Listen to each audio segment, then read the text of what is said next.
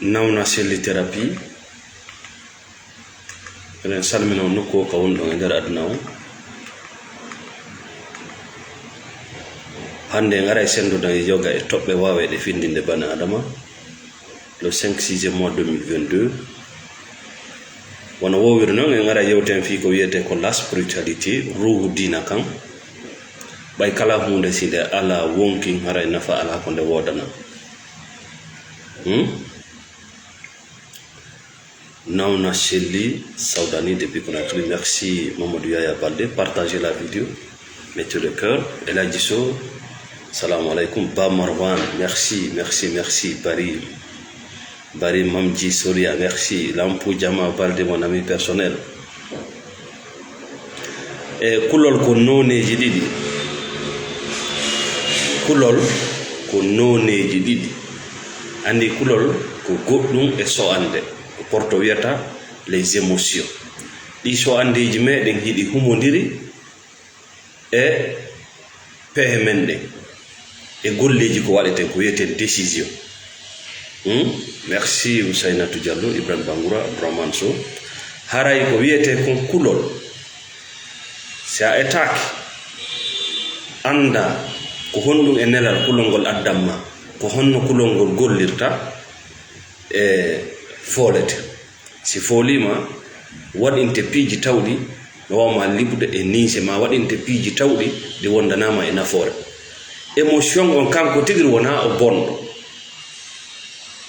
quand même ka haɗiya o weltinta banadama c'est une émotion désagréable wona noon émotion bonɗo emo mari golle ko gollata e haali no wawi wa oto ko wiyete monu o tableau ko yiyata no huɓɓa bona sa lutti doginde auto ma on ayi rouge no hubbi e weltintama c'est vrai mais mo mari gollal ngol o gollata si tawi noon a wawale andude yetta action yawluɗo fi konko hubbi ɗon bonnante ko duwaka bonnude kono buye meɗen hiɗen suɓi dogugol gonga kam dogugol takkagol lowre men nde ko ngol ɗo kulol woni moƴƴa ko ya yaw e ko huluɗa kon waɗa embe tagama on ko wona e tagama kon accira ɗum ɗo Allah subhanahu wa ta'ala hara en wi kulol ko none ɗiɗi ko amma kulol ko none ɗiɗi ko amma hulugol perdugol ko jogi kon ɗum ɗon ko kulol ko ma hulugol goɗɗum heɓoyta ɗum l'anxiété wattane yile ɗe toɓɓe ɗo ɗiɗi mi fillito iɗen wawi ƴettude kulol ko none ɗiɗi kulol gono ton ko hulugol waynodirgol e ko jogi ma kene wiyen ɗimmolngol ko hulugol ronkude heɓugol ko faaka. Merci Diallo Youssouf bono si a wawi ɗi gérude ɗi ɗiɗi kala wallahi a yalta e tamɓe a yalta e soñdia ɗum woni la spiritualité a wura e gurdam beru kum wurata kum ka hoore leydi ɗo yawoya tawa Allah subhanahu wa ta'ala himo weltanima hiɗa weltanima o ina nato aljanna sa sanke wawude manejude gollitirde ngol kulol ɗo e ko moƴƴa ko a wura e gurdam danka gurdam ɓittedi yaha tawa Allah subhanahu wa ta'ala o inna min nde mi tagunoma mi waɗuma kala ko fottuɗa e mum ma kala ko yanuɗa e mum ma kala ko heɓuma hiɗa wawno taƴitude yaha tawa yaha fotto e Allah hiɗa monanimo himo monanima ko ɗum woni yiite janna onade yiite c'est très simple que ça roto ni ñawore makko nden kanko no yaa ñawore makko nden no yaa ko ɗum ɓe rokki famde c'est à dire a iwda e ga woni e pette yiite maɗen a iwda e kadna ga e jardin ma aljanna no andi client ɓe mum ɓe yiite gen no andi client ɓe mum ɓe koye honɗum wonɗa mayde ko miɗa waɗa miɗa wiya ŋoŋa ka alhamdulillah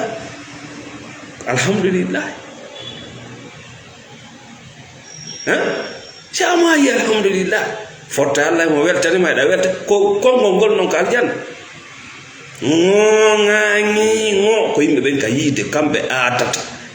kamɓe siikata excusez moi pour le terme ko kamɓe wullitoto pande attaneyila comparer les gens du paradis et les gens de l'enfer yimɓe ɓen ka aljanna alhamdulillah men naati aljanna daari welo welo kanna ga kadi c'est la même chose yimɓe ɓen ka yiite maliki faaba men dandu men wallu men ɗum ɓe anna maliki wanaɓe aymude okkore men ɗum addane men ndiyam ɓuuɗa meɗen tampi meɗen soñji way sortire men ko yimɓe yiite par ce que ka aduna ɓe jaɓano gollitirde ko Allah jonni ɓe ko fi ɗaɓɓugol solution probléme ji maɓɓe ɗi ɓe préféri soñja wullitagol e ala kuyi. Merci Salimatu Ousmane aussi Diallo merci hiɗon daaralan immorde e leydi Hondo ray wi e ngol kulol ɗo hingol nawnini buy hande ɓenno hino doga no yaha moccagol nano e ñaama hingol nawnini buy hande ɓenno doga ɓaawo docteur ɓe hingol nawnini buy hande ɓenno doga ɓaawo mbile e baati ka heɓata lekki ma aduna kulol ko be identifiangol taw c'est à dire be innangol ɗaɓɓanangol inde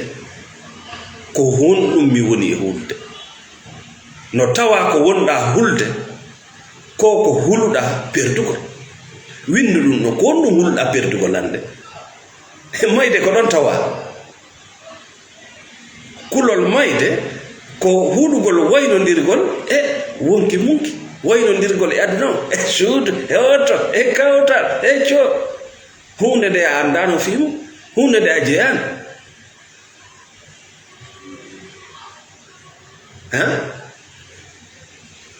hulugol waynodirgol perdugol ko jogi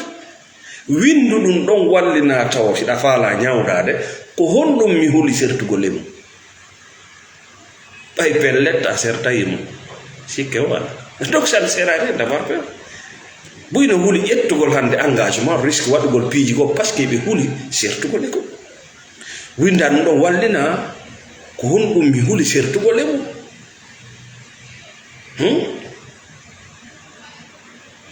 winda ɗin mum ko honɗum mi huli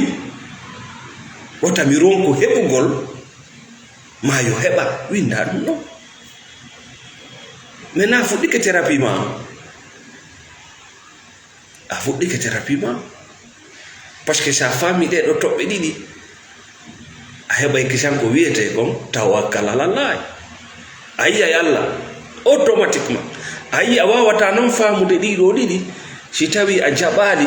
yanugol giggol yiɗugol konko wonuɗa e sangam wonɗama ko wiyete ko l'instant présent l'instant ti a wawata wuurde dans le passé ma wura dans le futur fama ɗiɗo ɗiɗi gasata par ce que ɗo ko golle ceux qui vivent dans le passé ou dans le futur ce sont des cadavres par ce que hande on ɓe wodaka ko hande ɓe wawata sanjude goɗɗum ala hunde sona hande joni ko hande wawata ƴettude décision sans dago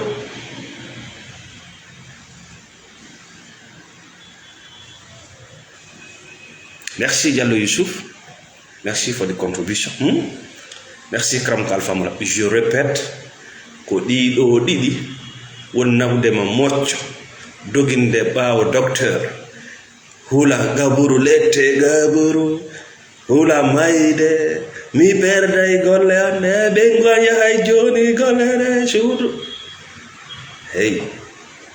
tu n'avais rien de ça ɗi piiji ɗo fo a joganoki ka haqiqa kadi a jogaki ɗi a jeya ko ɗum woni gonga ka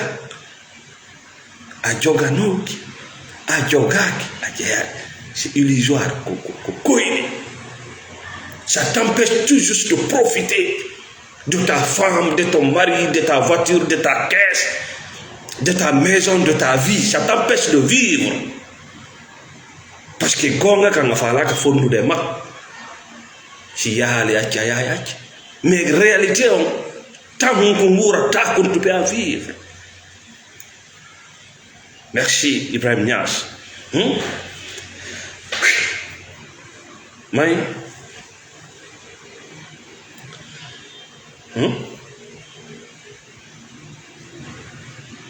cellal mangal no humondiri e ɗuytagol kulol ma cellal mangal no humondiri wawugol ɗaɓɓangol hoore ma yaltirde e ko wonma hulɓinde ko on docteur jo ala ñawdoma kulol so tawi a wondi e kulol ko amma waɗa thérapie ba on thérapie cognitive comportemental sans comportement jiko remplacera on docteur jo ala on docteur on ordonnance ala par ce que ɓandu ma ndu no Allah tagiri ndu noon ndu waray kala nawnare ɓandu ma ndu waray kala nawnare naturellement ko ɗum wiyata sa nawni ɓandu ma ndu no wuula c'est pour tuer les microbes ko ɗum wiyata bani adama no nawna o ndikka o ƴetta lekki kala Allah ngil machine wi ngi o luubi o tafi ngi tafi sikke wala kono ko enen bonnata o machine ko enen lo'intam lo'iniremmo miijoji ɗi miijotoɗe hoolareji ɗi hoolotoɗe penale ɗe naareten ka koye men e ñaameteji ɗi ñaamete naturellement ce corps est bien battu naturellement ko docteur ɓe jelo woni ka burure no danki kulle ɗe ranaɗe e wonɗe kaju hikoye ñaamude hikoye yarde hikoye jiiɗade ils ont quel docteur parce que tout simplement kulle ɗe ka burure ont accepté d'être des animaux ko fof no ils ont accepté la réalité naturelle enen wiɗe non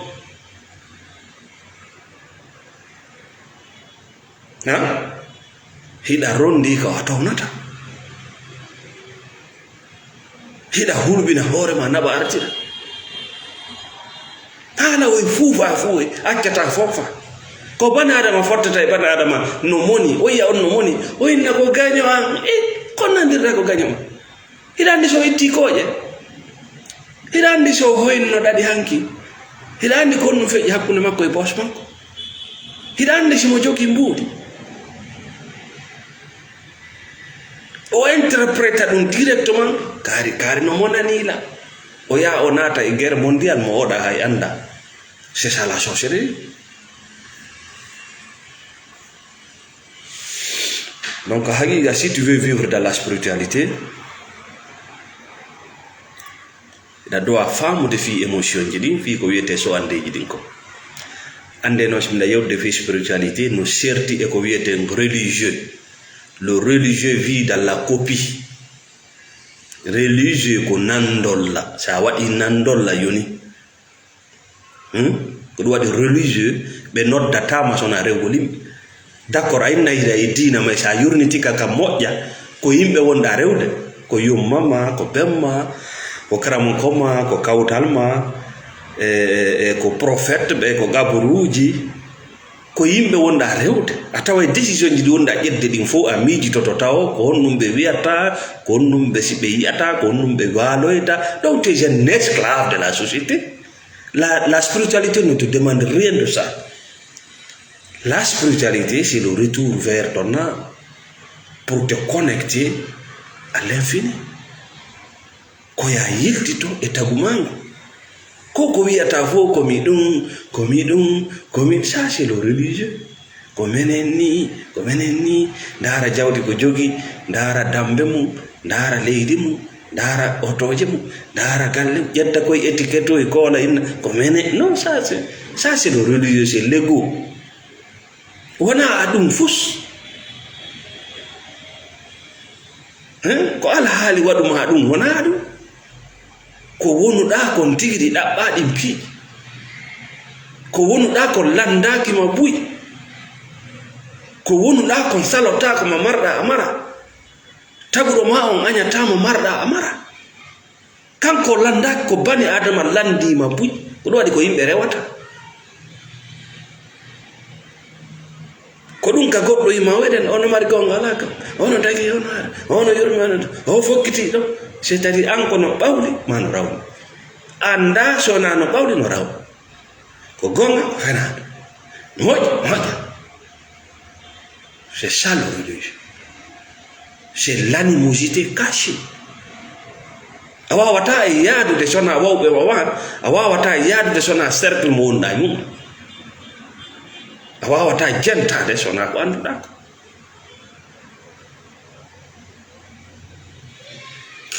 oui. Merci Aliou Daroum, merci Ibrahim Dixin Diallo. O façon kulol do didi ko dum woni hebbinde labtaneji di ko dum woni bonnude dewle ko dum woni doginde himbe kulol no huli wota perdu ko jogi ko ni no huli kadi wota ronko hebde ko falako ko dum woni adde himbe hande hibe wure ledele de be falaka hibe wonde worbe rewbe be falaka awi ida andi moggo debbo ma wonti Allah ma c'est ça la réalité enguma wonti Allah yeso ma awi ida buttini fodde idon fotti si on fotta yite nge ngubbi mais tu es dans l'enfer. Merci Aliou Dialasso monsieur le modi ma wonti Allah enguma wonti Allah à cause d'allocation familiale ou bien à cause d'un bâtiment des trucs ou bien à cause de quelques privilèges qu'elle a. Modima wonti Allah à cause de l'économie. Il a d'abord cherché jokkete haka aljanna. Jamais personne n'a l'assurance. Il a fallu aljanna, tu crées. Non, il n'y a pas d'ambiguïté. Il a fallu aljanna, nous remirtani, tu crées.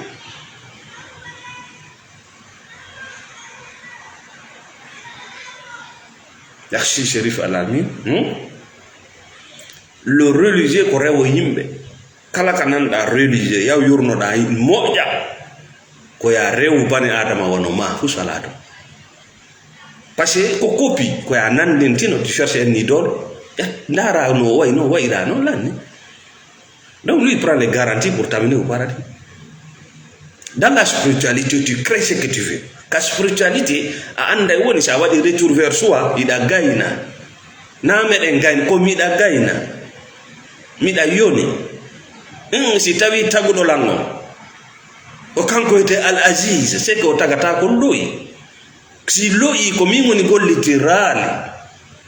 si jasi ko mi woni gol literal sino saede ko mi woni gol literal si mi dawi de ngon na Allah moƴƴino lango si oto wangal ala yewde wona moƴƴinno ngal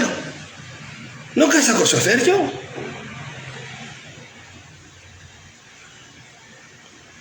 donc golɗo kulol ɗiɗi no haɗi yimɓe anda hiɓe mari iɗon mari jawdi vous avez de l'argent hiɗa mari jawdi guite maɗen ko jawdi noppi ko jawdi awra ma ko jawdi koyɗe maɗen ko jawdi liberté ma on tawgol a ƴawa a jodda sans permission ko jawdi wongol a ñawlaki ko jawdi wurgol ka leydi ma ko jawdi tawgol o woodi suudu ka naata ko jawdi hiɗo mari jawle mais goɗɗo kulol watama andine ɗa mari jawdi ɓuro Allah wiyen ko ɓurano cheytani ñande o ñande himmo hulɓinire paasa himmo hulɓina woɓɓe sikki ko jinna wi woni arde waɗa ka noruma o na kañum ko ɗum ɗo ko miijo to mauvais pensant ko satan ma o naɓayɗo makko feƴƴi naɓayɗo makko aroyta ko satan haaju jinna ergol sownoma sonni hala golle Allah inna cheytana inna jinna si a woopi laawol spiritualité on a woni cheytan a woni cheytan e sabu ɗoftagol miijoji ma hulɓinay ɗi maɗi kono yiyata goɗɗo no dari no yirna mbile sa lette o noon mbile o yaa wudda deftere a yaali dalila mbile ko gonga no yurmi mbile ko qur'ana yewtata fim e mbile ko tawɗa mawɓe ma ɓen no hooli hiɗa kooli ka ngane ma wona goto tuma kala qur'ana yewti fi bilew yewtay woni fi fenande nandintinade gonga tuma kala mawɗo ma o yewti fi bilew o yewtay woni fi dabari fi piiji hulɓiniɗi parce que kanko no gongi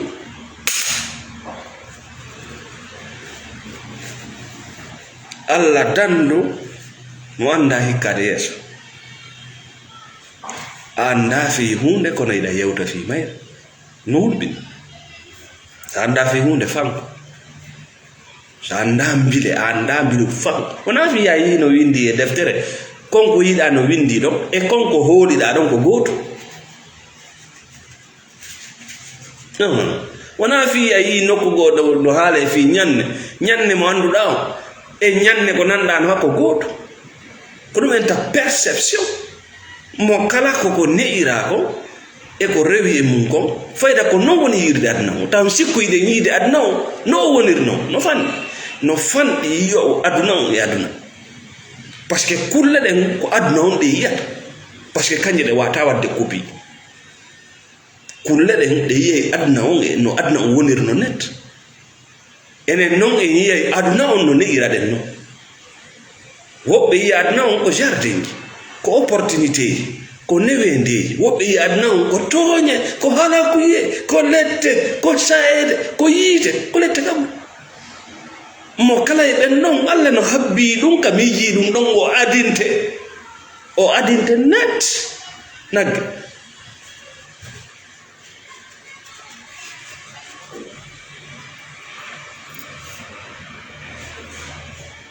ta yewtu fi batin anda fi batin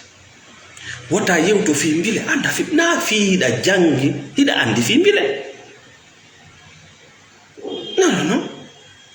hay ka branche ji ya des spécialités on a fi quoi docteur généraliste awa intervenir kala domaine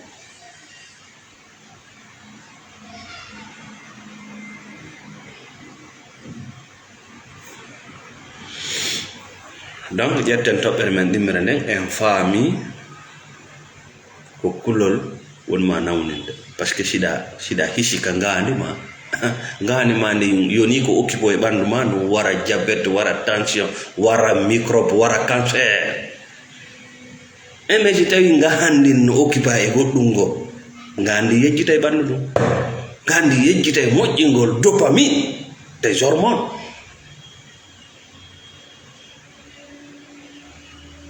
ndi occupo yon no ngo wodaka hida jokka hida gera fere fokkiti lette gabur hande heɓaki honno jango gerata ɓay ko an woni Allah ga fala gère de futur hida mocco hay hendu wifi a moccoto a anda ko iman woni a mara la shukre ko protection no anda hida gayna sida jogi iman wiyeteɗo yaqin bana adama yirtaji yitere munde jinna e aslimu mais singil feñanima ɗo a wara ngil a yirta e ngil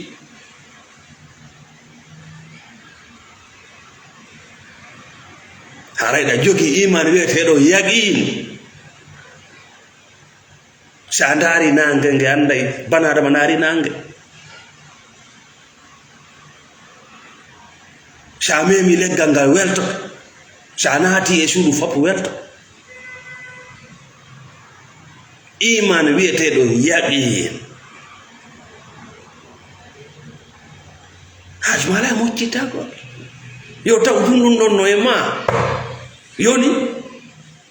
haji mala wi ko ñalade kar yalti yaltade rawni ba ti sam finde se kolori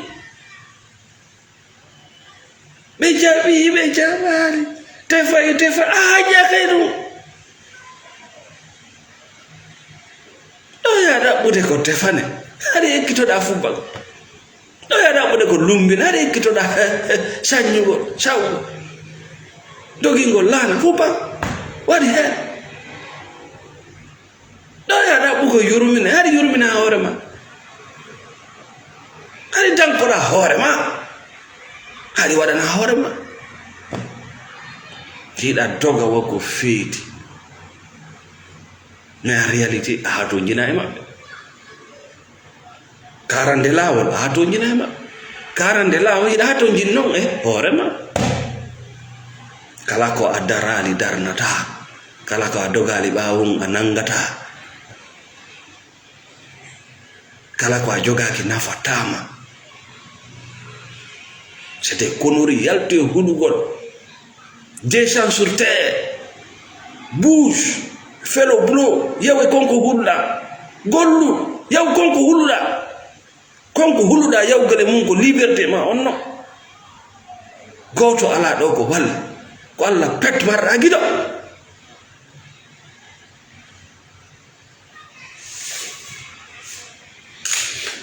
Voilà, merci Mamadou Aliou Diallo.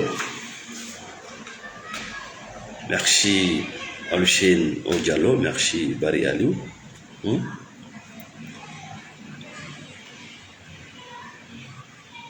Dono no sattani.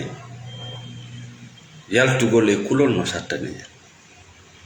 Mo gundupi Bangura, merci. Ko honno non famirta ɗum ɗo. Je vais te donner des termes très simples dans la thérapie. Andu hunde wotere. Piiji ɗiɗi no ton. A wata dandude hoorema, a wataɗi dandude giɗo ma mo yiɗuɗa. Ko wiyete kon tampere e ande ma sonja. A wata dandude hoore ma ɓaawo addede ka hoore leɗɗo ko wiyete tampere. A daɗata. Kono kala tampere nde rewɗa e mum wooday ko jannuma. So tawi ko nafoore Allah waɗiral tampere mere. A wata dandude hoore ma andeji be heɓa andeji. Donc wota soñjito ɓiɗɗo an ɓingo an tampata, ɓiɗɗo an tampata, tanira an tampata, ña fum. Les parents hélicoptères. Mi soñjike ɓe soñjataka, mi soñjike kamɓe ɓe tampata. Non, ko hay hoore ma ɗum nayi jungo ma woni. Sa andi ɗum, sa yi ɓiɗɗo ma no tampa, ma ɓengu ma no tampa, ma mo yiɗuɗa no tampa, a soñjata wonki ma yiɗa andi o fino to woni. Sa jaɓani noon ɗum ɗo tampere ko o tigi rewnayno kon ko an rewneteɗo. Mi fillito ɓiɗɗo ma on sa jaɓali mo tampa mo tampinte, ɓiɗɗo ma on sa jaɓali mo aninte. Donc a heɓi double peine. Wona kala ka goɗɗo saggi ko aro saggitama ko innata je suis avec toi, miɗa wondi e ma, je suis à tes côtés, et tu courage, fonce. Mais wigol a dandaymo no teɗaɗi ɓalejo no tampi. Kon no weli yarlade fureji ɗin fof kon no weli yarlade ko fure lampu gerto on no weli yarlade petit mayde makko no foti.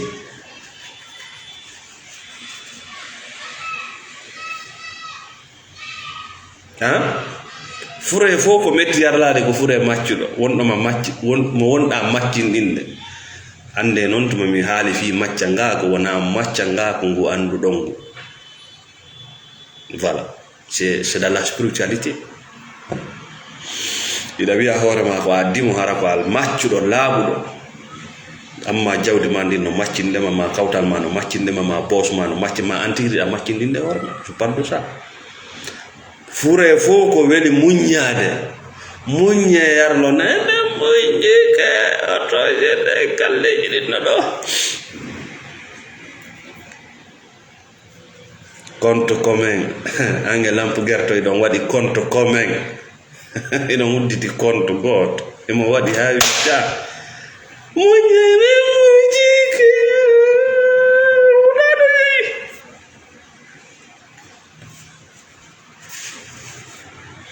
fure fof ko weli muññade ko fure waccaɗo. Ari kari barki kari hajjini leydi, hajjini kammu, soodi leydi, soodi kammu, darni bari, darni tuge, darni kollagi, darni nana, darni ñaama, hara no wirato. Fure fof ko weli muññade windo wallina ko fure lampu gerto. Fure fof ko metti muññade, fure jeeyaɗo maccuɗo wonɗo maccanade yimɓe.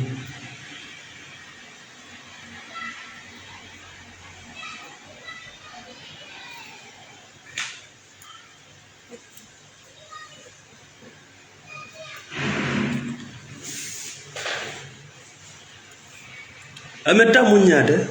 muñña yarlota mo kala ñalande mum mayɗo ko yaw ara mo kala no muñña o yara. Muññere muñña o yara parce que mo calculde ko ɗum bon ɗum ɗo ko honno sendirte ɗum ɗo ko honno yeeyirde voilà bon voilà mo jogi ɗo rewɓe ɗiɗo labbaɓe kako tato les véhicules là qu'est-ce que je vais posséder muñe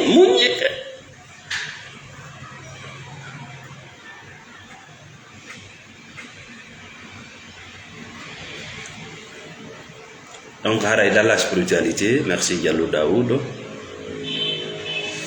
a wawata tandude goɗɗo ko wiyete tampere masonja sa faami ɗum ɗo goɗɗo tampata ma goɗɗo maaya ma goɗɗo adine nokkugo innano c'est à cause de moi ko ɓay mi waɗano yalti on culpabilité ça fait partie du monde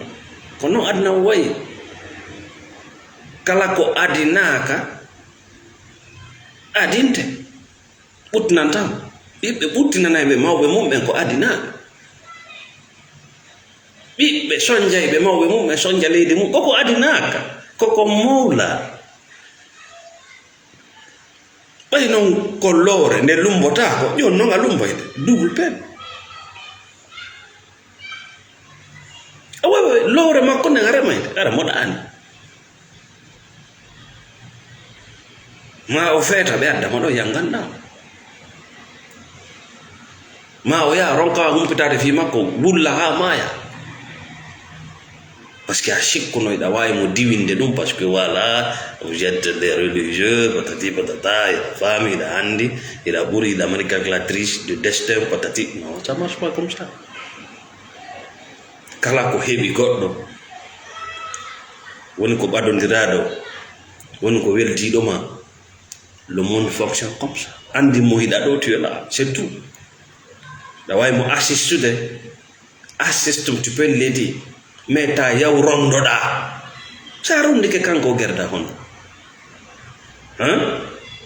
tawa goɗɗo no birde e lawol ara ɓorta dolake birda e makko sa mais kanko o doga wacce ɗo ka rondike ka ronda komin leñol gotal komin pototi koco non tuɗo i anda ko no gasa si o fiinike ɗon o pirdata e goɗɗo ɗa ono ɓaya jaɓali o fiino an a fiinade kadi tu as été retrouvé à la gendarmerie pour des conneries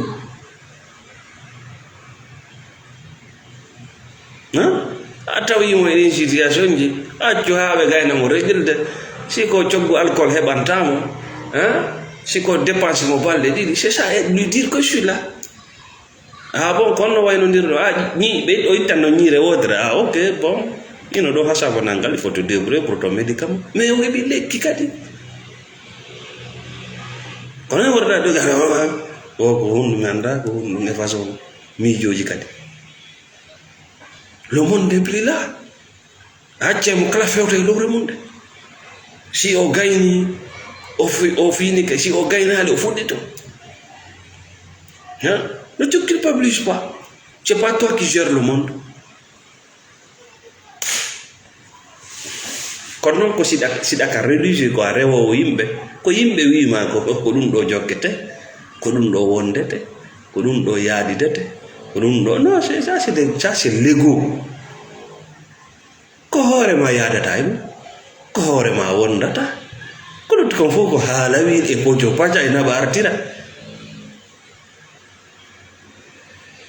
merci Mariam Ba c'est ça a wawata dandude personne tampere sonja mi tampi ɓiɗɗan on tampata ko hange Allah haldi ɗum an anda tampere ko école kadi mi tampi ma on tampata wata daramo ma on tampa photocopie emba photocopie no tampini wadna may no tawa ko jannata bani adama fiyo wawu yaltude ɗi couleur ji ɗi sifiɗen ɗo e ɗan gurdan ɗan sifiɗen ɗo hiɗa janga hino janne si yimɓe ɓen mooɓi yehi si yimɓe ɓen janfi kam si yimɓe ɓen accima ka hakkunde lawol haɓani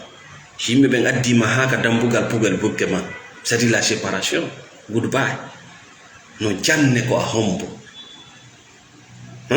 ko ɗum waɗi si kaso jannay par ce que kaso ɓe sendete woni e ko wowuɗa ko danki ma lappakiki hendu ɓuɓul yawgol ko faalaɗa. Donc du fait qu'il y a une séparation entre toi et votre zone de confort, automatiquement réveillon ngaray pinangal araki tari sida sikkono hoorema ko menen woni alajji, ko menen woni kaari, menen woni gando kaari, menen woni gabila, menen woni musid. Quand tu rentres en prison, ka agil ɓe naɓa e ma taw, ka agil ka leydi neɗɗo mo wawata hay fewtudema ka adna ka yaasi ga hiwroma ko on tawata ko chef de cadre ko laamima garde pénitentiaire jomo yoɓetake 2 millions ko ñamata an ñalla taw ko on naata e ma yaltina wona ko boni. Neɗɗo mo ɓurɗa hiiɗude giɗo ma mo yanganiɗa ha furɗuɗa on dampe en plein 14 heures o inneyiɗa ñittanmi falaka ma yiwde yiɗa luu fusagay golle société ko yanganɗa golle yimɓe ko yanganiɗa ha sikkuɗa ko ono ɓen dampe ɓe adda musidɗo maɓɓe o adda miñirawo kelirawo o jonnamo golle maɗe. La réalité est que hiɗa yi'ito hiɗa yaaka spiritualité sabuɗi action ji ɗo wona yo tampu wona yo kinayo wulu doga tum ɓawo karam ko walle nan ɗon mais wadda nan ɗon nasiki yomi mawɗo ko c'est zéro. Allah no naɓudema fiya fottu e makko an hiɗa sakkade fiw taw yiitu o wi ko tuma goɗɗon dampuma hiida Allah an a yejjiti ɗum. Moi, je me suis retrouvé dehors pour rencontrer le Créateur.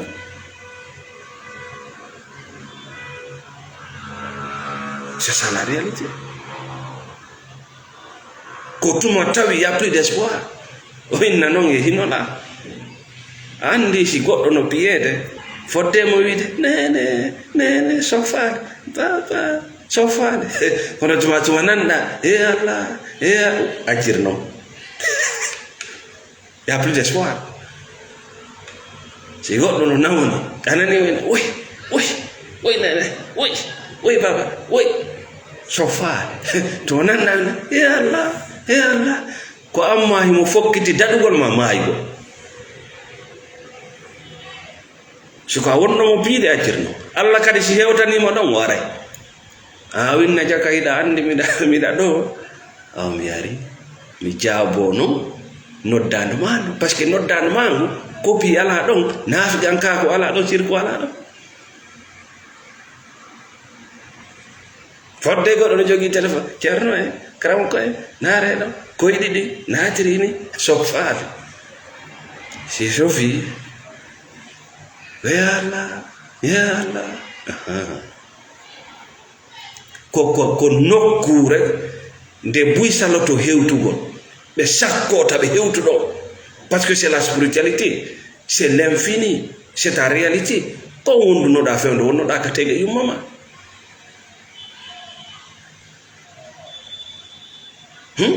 buy saloto si yehi kaso yawgol kaso salo ma si yehi ka kaso salo yawgol isolement si waɗi pankerede sa yehi kaso ngandi waɗali pangdi yuɓɓade Allah créé condition ɓe naɓe kadi isolement ndara an tum ɓe naɓe e niwre bana adama sa isolaki seeɗa fu sa famata parce que ɓe yitoɗa ɓe déconnectoɗa ko jama ko ñeñeñe ko association sofade mi sukka yi si a maayi no ɓe waɗirema noon ka gaburu sukka yi no fo ruttorta noon fuɗɗo ɗum gadna ga fuɗɗo wowtu ɗum gadna ɗo no woodi voyage ji ko antu yataɗi no woodi voyage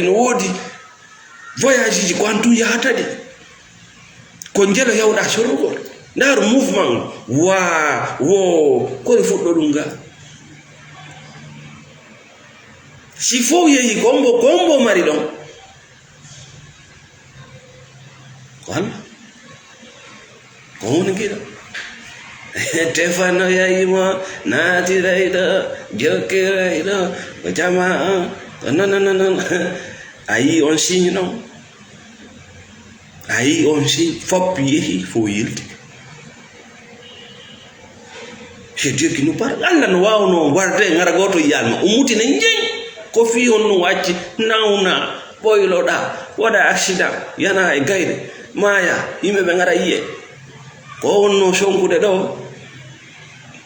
ɓe jatta ɓengu ma ɓe jatta jawdi ma ndi ɓe jatta leydi ma ndi yimɓe ɓen yiya e ɗum ɗo waɗi kaari memminaki imo ka morko ɗum ɗo fof ko wajuji e ona waɗama e gayku o mbama o sattinaki e piiji ɗin fof ruttike fof yeeyi accimo o jaɓi ɗum ko fiya faamu ala giɗo sona Allah a jeeya fus kadi a jeeya hay hunde enga ɓikkoga wawata ña gollitir gori gollitir fewno ko halfinaɗe aɗam ñaamo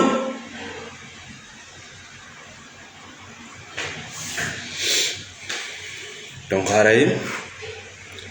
ko wiyete kon kuddu paayi no findina andi ka aduna ɗo aray ɗo hiɗa jogi programme ji hiɗa programme hiɗa wiya ko ɗum ɗo woni aduna ha fotta e goodbye o anda nde ñande ko wiyete aduna waynodira e jawdi ko jogiɗa waynodira e mo wiyata giɗo waynodira e kaydi waynodira e leydi ma nawnara nda miija nangue ko habbaki ara waɗe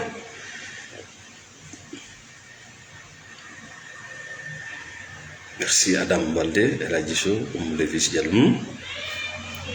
ɗo noon heƴata e buy no addana yimɓe dépression ji no addana yimɓe ñabbeli ɗi ɓe wata sifanade goɗɗo si vous êtes dans ce genre de problème contactez Nawna Selli thérapie pour un accompagnement na lekki fof woni comprimé ma lekki ɓale piiji gon ton tu as besoin d'un accompagnement na fi wonde a anda ko wonaɗa yewtede ko mais tawgol no wodi neɗɗo mo ñawata par ce que nawnuɗo Allah tigiri nawnuɗo kara mongol himo banti ko bana adama ñawata hay nawnuɗo bana adama les religieux be heɓa thérapeute yomo ñawata thérapeute jo famɗo adama e dina maka famɗo culture ma par ce que wona aduna on no wonir no wonɗa yirde aduna o kono neydi ma ndi dina ma kan culture ma ko no wonɗa yirde aduna o en sikka yiɗen suuti aduna o mais en sutaki kulle ɗen pettoni yide aduna o enen en sutaki si ɗen sutino aduna on ko o woni ko ngaji mala e docteur naturellement arayɗa seeɗi naturellement min mi waɗi diagnostic ñande ko docteur yo yalto o darla o darla ɗoyde kon to min ko ɗo non na ɗo wonɗa baji ke ɗo kala yawɗo ɗo positif paliji positif tifoyde positif bolle positif nonne anti mi waloto to miɗano mi ñawlaki e mi ɗaɓɓay goɗɗo yiɗam waɗi waɗani jeyi mi ala ton ronki kof si mi weyti bimbi mi nange meɗen avance ude singe avance mi avance a singe muti min kadi mi waalo oyni me toon to wonɗa no minni ko non minni awa kon wonɗa yonina hay fus mara yedde miɗa weeli to miɗa weeli 24 heures sur 24 miɗa weeli la spiritualité miɗa on est là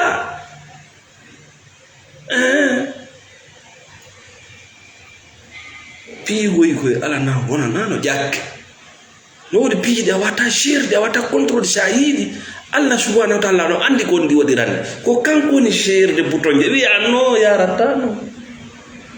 a wiya to yarata non gandin déconnecto e golle mum ɗe a hulɓini hoorema hindi duwanno produit de hormone ji ko ñawdata ɓandu maɗa joni noon ko moneji tun ɗum ko tooke to bonna ƴiƴa maɗa bonna ɓooƴe maɗa kay goɗɗo yima woyɗa ƴakka comprimé a sakkitoray wona archique docteur ɓe seke nano ñaam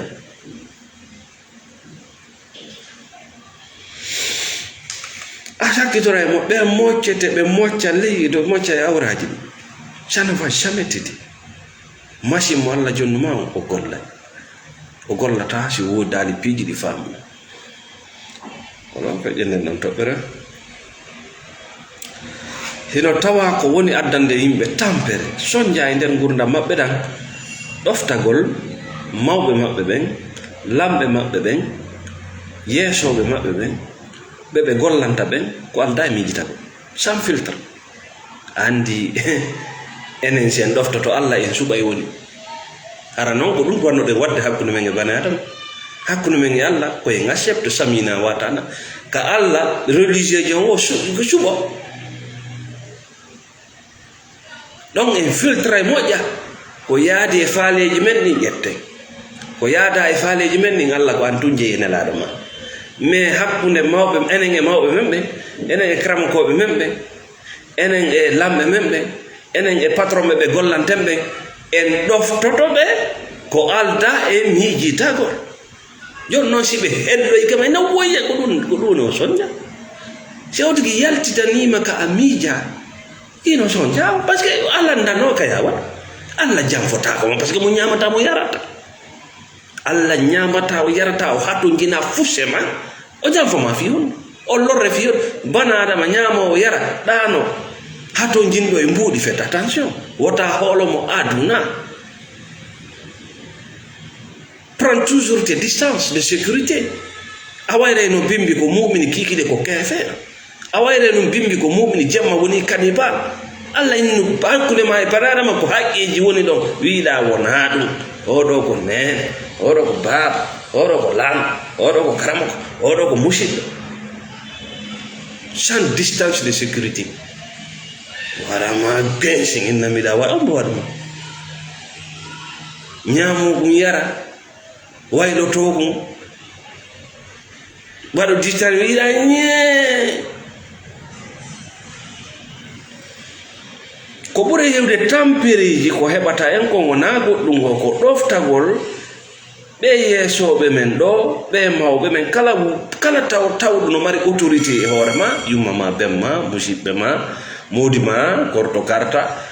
kala tawɗo no mari doole mum seeɗa ko alda e miijitagol owi alda e miijitagol goɗɗo innamatta hibbu ñooge ka laawol innami nani konto watta ñooge ɗe ronkamo landade konto ñooge ɗen dowa hibbede kombo halfina fiyake ñoogeji ɗi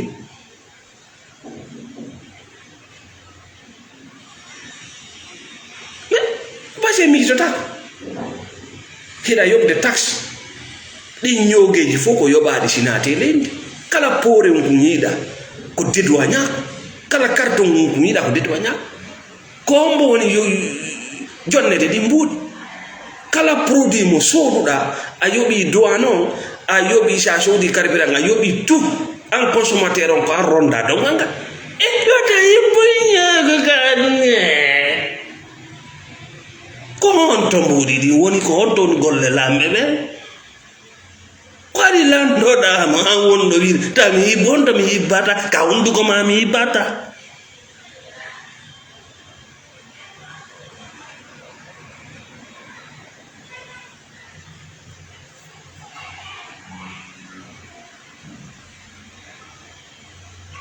parce qu'on ne réfléchit plus.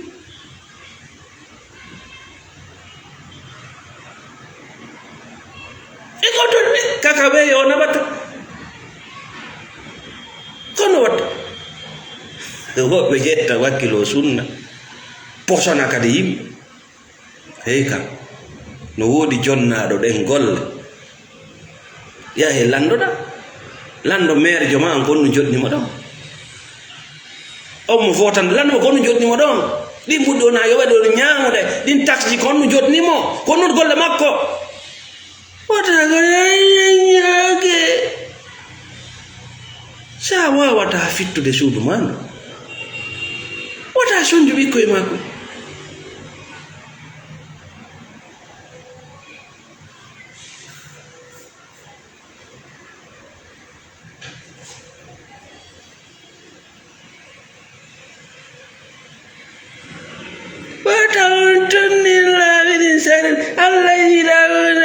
Allah Allah na difa sifa di yewtereji Allah ko numare di yewtereji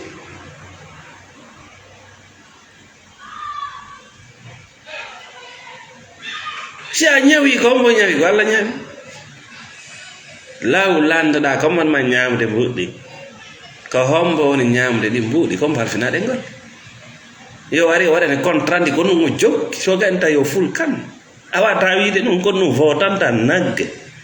kono ɗum votanta yin koye jaasu koye donc tampireji min ɓurɗi hewde ɗin ko ɗoftagol yimɓe ko halta e mijitagol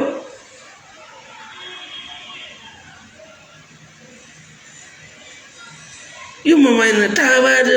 reka tawade hunde kari endu nanya endu mando golle naati heyka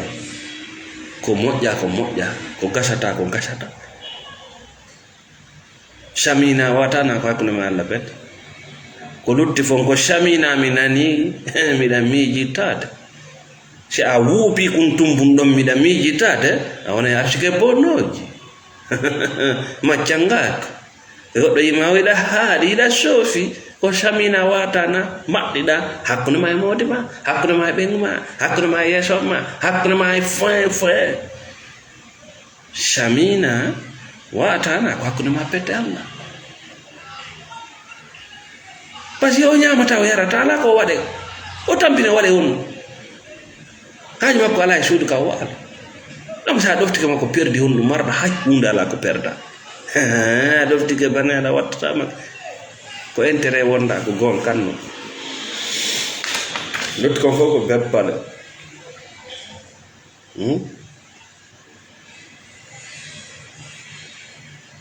ko ɓuuri hewde tampereji ɗi tampeten ɗin haray ɗaɗi majji on kadi humi ɗon ko perception fenade c'est à dire ko yiyande penare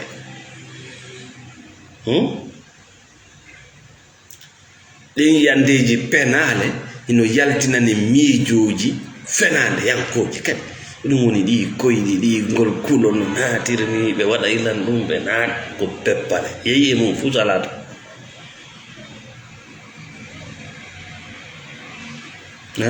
iɗen wula piiji ɗe ganda wurinasi ko gongaji ko fenade ko korte ko dabari waylike waylaki muuti mutadina ara no jogi ɗum ɗon ha gadi iya kadi no jooɗi no haala fi bilew no ɗannina yimɓe a innimo eɗa anni bilew cow ƴetti qura noon a yiyali ka windi e ko windi kon e ko famuɗa kon ko gotum mi sikki buye mon atto yawde leeɗe porto atto yawde hajjo atto yawde natugol e business ko miijiɗa ko na ɗum tawɗa mi fanki o debbo mo yinoɗa atto wondude ko miijiɗa ko na ɗum tawɗa a wattan yiila koko wonɗa miijade so tawi aduna ko no woni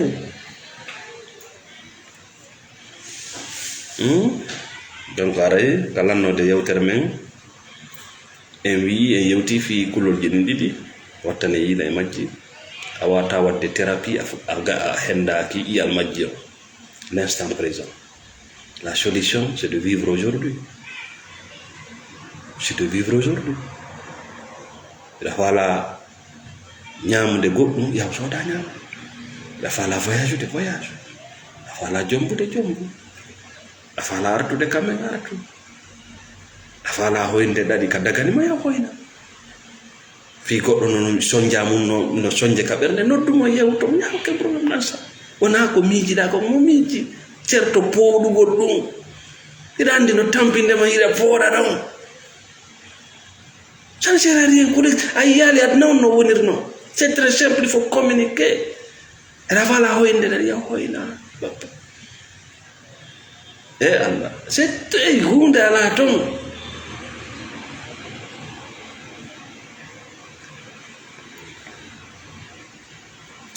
aduna on ko wooda ko sabu hakkille maɗa kaka hakkille maɗa nan woota wona no aduna on wodiri noon o woodira kama kono hakkille maɗen wonir non ko koni manifestade gurdam maɗan koye nder ma woni miiɗa aña ko an ko koye ma woni adna on ko fuskori ko an woni fusa famani aduna on moƴƴa ko an woni moƴƴa mbuɗi ko seyda ko an woni seytan koko woni e makon wonɗa e polde koko woni e makon wonɗa e polde négatif poɗa négatif positif poɗa positif si hannde yiide aduna on fof ko gereji woɓɓe annda ko wiyete gere on ka nder hoore ma woni woɓɓe no ley climatiseur ji no wonde e weltiɓe mum no wadde life na no rewde Allah mum o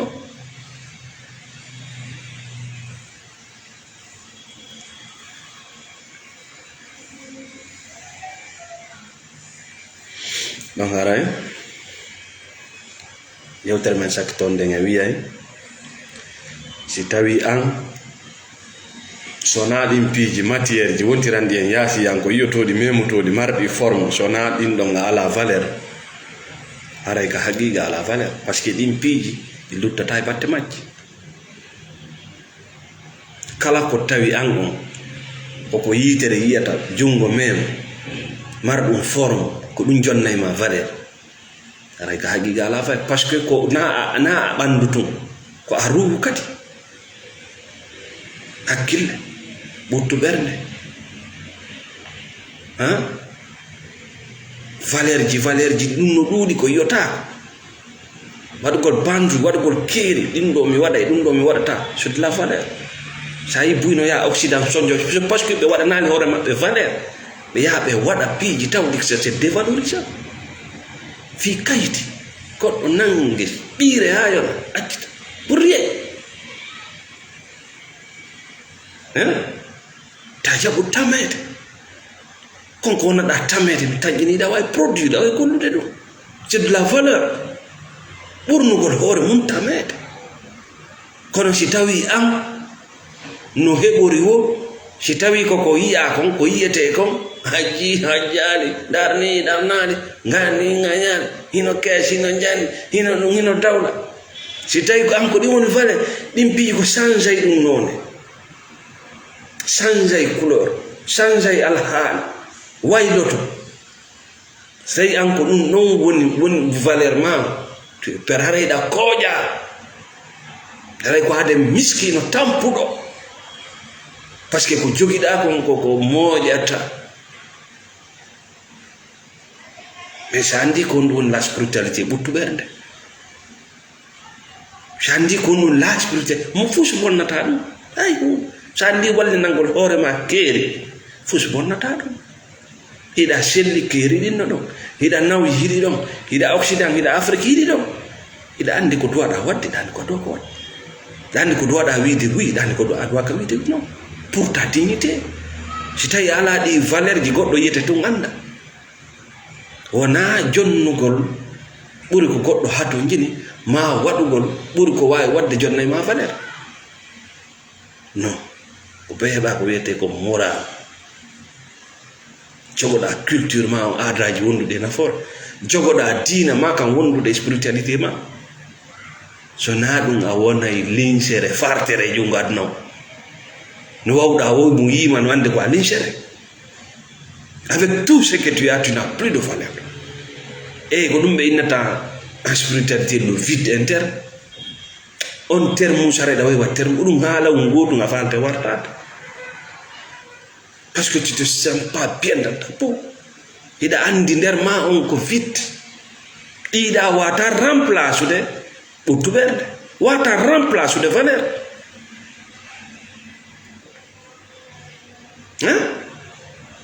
jogiɗa otowal satta prix-wal jogiɗa welum fof hewtay ka yata ɗum kori mais siɗa mari valeur no serti jogiɗa suudu marndu satta piriɗo jogiɗo kabano juurum huɗo mais on fof ɗo ndiyam mbiyata kala ɗo waltoɗa ñamuɗa te woɗa ñaami kare pute faut do hege iwe, mais la valeur, la dignité, non, c'est pas la chose. Merci à mes weltani ke kala jettu be tammu jenti nawna chendi thérapie depuis Conakry ara ide balle do j'avais un problème de connexion hein ara mi samina kala won be sponsor de kala won be soutien de odo page fi yo luttu hellade ko wiete ko levé won trambe en États-Unis won trambe en Europe won trambe en Angola Diallo bon j'ai oublié ce nom là Diallo Mamadou Siré won trambe Angola Dansoko Mamadou Siré pardon won trambe en Amérique Thierno Diallo merci à tout le monde, merci Lampou Diama, merci Bari Dollar, merci Woltram Ben Europe, Woltram Ben Afrique, salam alaikum wa rahmatullah.